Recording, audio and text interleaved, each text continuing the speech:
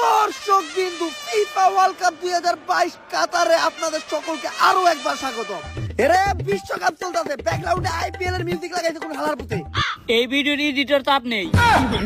ও sorry Silva, টসের সময় তুই আইছস কে? নেইমার কো?